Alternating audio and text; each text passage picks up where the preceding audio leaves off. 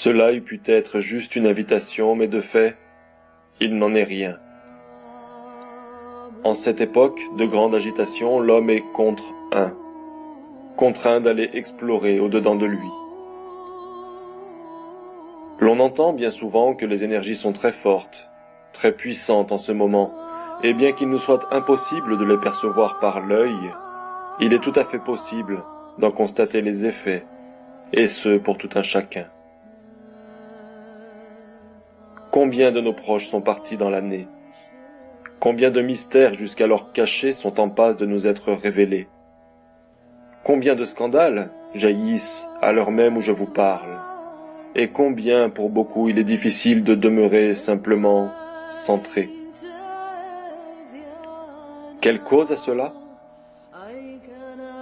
Partout, et en chacune des remises en question.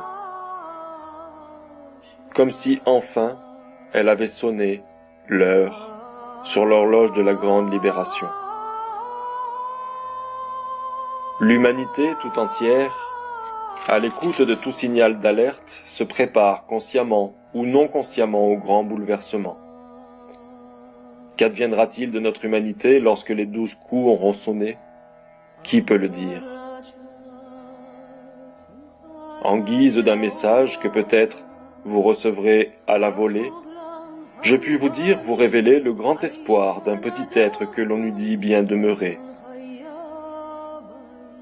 Cet homme-enfant dont je vous parle en a connu bien des états, survolé des espaces-temps, moments magiques et enivrants, mais cet enfant, bien ignorant face au miracle, a trébuché. Se relevant d'un souffle coupé par la chimie, la psychiatrie, il devint homme, un peu paumé, avec cette soif de raconter. Dans ses écrits, dans ses chansons, son maître mot est le pardon. Il n'a de cesse de rabâcher qu'en pardonnant, on peut renaître, tout réapprendre, imaginer, créer sa vie, son paradis. J'aimerais citer maintenant ceci. Lorsque l'enfant était enfant, il ne savait pas qu'il était un enfant.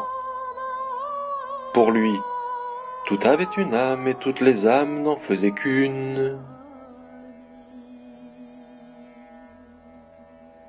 Savoir renaître pour un pardon, pouvoir s'unir avec le monde, n'être plus qu'un, plus 6 milliards, et jouir la vie, juste là, maintenant, ici. Dans le silence de cette danse, cette envolée, dans cette percée, j'entends le temps qui dort, et par mes yeux, enfin, je vois. Et par mes yeux, enfin, je te vois.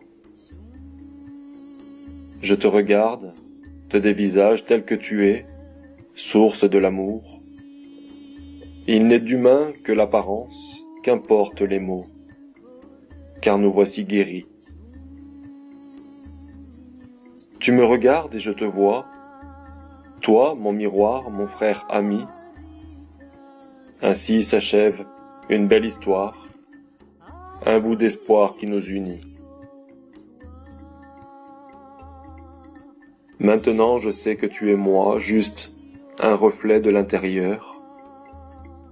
Et toi tu sais, bel enfant roi, que le chemin n'est pas ailleurs.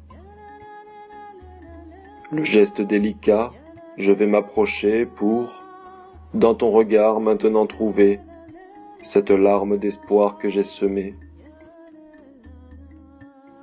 pour l'arbre de vie, pour l'éternité. C'était l'oiseau bleu.